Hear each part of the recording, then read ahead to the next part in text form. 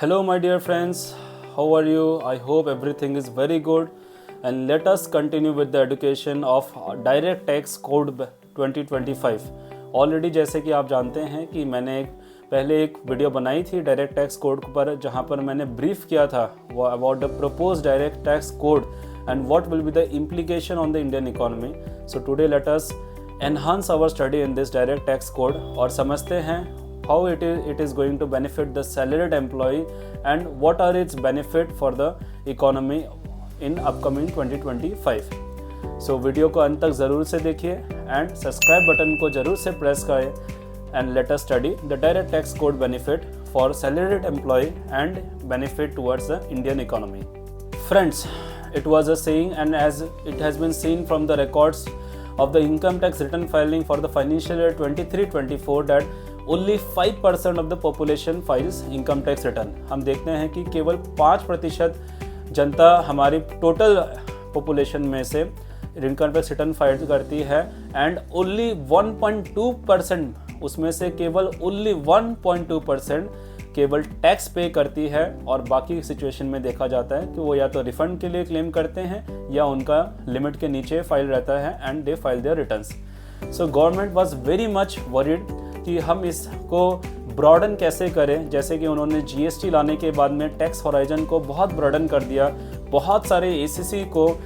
On a 3-fold basis 3 Guna SSC को बढ़ाया गया है और टैक्स रिजिम में लेके आया गया है जीएसटी के द्वारा in indirect tax. Same government is trying to do in the form of direct tax code, जहां पर वो चाहते हैं कि ये जो 5% जो है और 1.2% जो पॉपुलेशन है इनको 10 to 15%, 20% तक टैक्स होराइजन में लेके आया जाए एंड अकॉर्डिंगली गवर्नमेंट के पास एक डेटाबेस रहे कि किनका इनकम कितना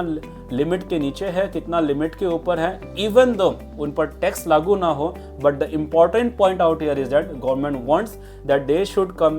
should file their data and government should be having the data and in this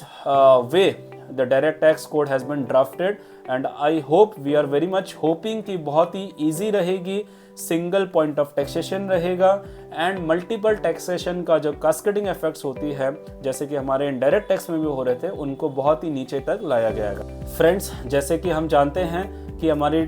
income tax act जो कि 63 ईयर्स ओल्ड पुरानी है, जहां पर अराउंड 16,000 से भी ज़्यादा नोटिफिकेशन आ चुके थे, 86,000 से ज़्यादा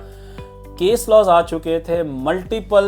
अमेंडमेंट्स आ चुके थे, मल्टीपल सब क्लॉजेस आ चुके थे, जिसके वजह से there was a high complexity. एक लेमैन को अगर पढ़ने की ज़रूरत पड़ती थी तो उसे हर एक क्लॉज को, हर एक प्रोविज़न को, हर एक नोटिफिकेशन को उसके अर्लियर मदर लॉ के साथ में रिलेट करना पड़ता था, जो कि बहुत डिफ़िकल्टी फील करते थे. एंड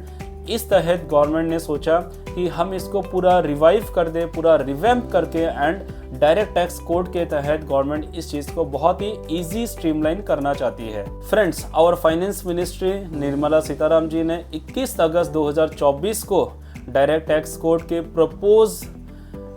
ड्राफ्ट लॉ को पेश किया गया था और 2025 से उन्होंने बताया था कि इसको लागू किया जाएगा बजट में एंड फाइनेंशियल 25-24 से इसको एप्लीकेबल किया जाएगा. Friends, let us study what is direct tax code and what are the major changes proposed here in the direct tax code. First of all, जैसे कि हम देखते थे, the concept of assessment year and financial year will be removed. जहाँ पर बहुत सारे जनों को कन्फ्यूजन होती थी. एक लेमैन को ये समझ में नहीं आता था कि असेसमेंट ईयर और फाइनेंशियल ईयर, वो अगर फाइनेंशियल ईयर 23-24 का डेटा मांगते हैं, अगर हम उसको असेसमेंट ईयर 24-25 बोलते हैं तो वो 24-25 में कंफ्यूज होते हैं. तो इस चीज़ को गवर्नमेंट हटाना चाहती है एंड मैं भी सोचता हूँ, I also feel that this concept of assessment year और financial year should be removed and there will be only financial year concept. एक साल एक ही एब्रिविएशन यूज़ किया जाएगा and accordingly in direct tax code this has been proposed and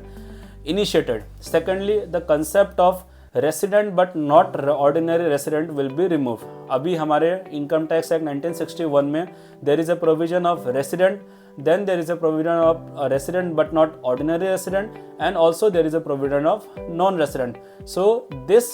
3 category of residential status में से only 2 category will be left and that to be very simple, that is resident and non-resident. Friends, Another major reform which will be introduced in the direct tax code is broadening of the base of tax deducted at source. Yes friends, TDS को almost सभी income में applicability किया जाएगा। Government चाहती है कि maximum चीज़ में, मैक्सिमम ट्रांजैक्शन में there should be TDS, so that वो इनकम एस्केप नहीं करती है, सो डैट वो इनकम टैक्स ब्रैकेट में आ जाती है, गवर्नमेंट के नज़र में आ जाती है, ट्रांजैक्शन वाइट हो जाती है, and there is no loophole, there is know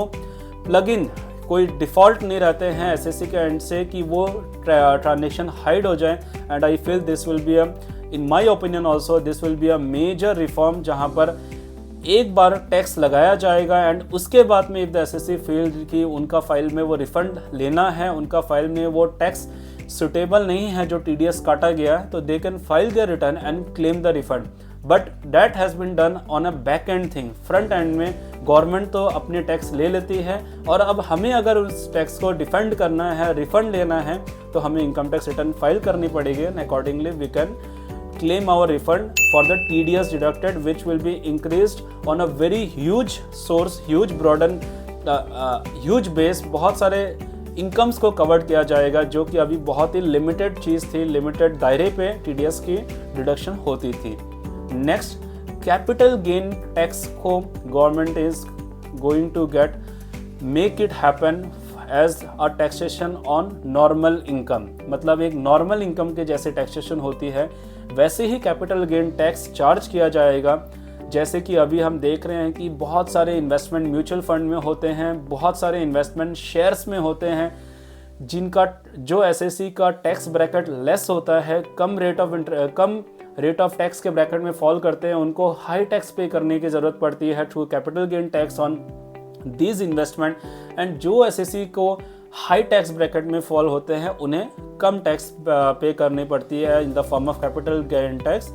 for this kind of investment. तो there can be, I think with the implementation of this, यहाँ पर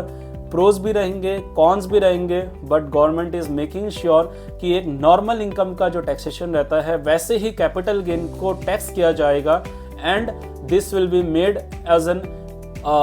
income which is charge normally as per the file, as per the income limit of an SSC।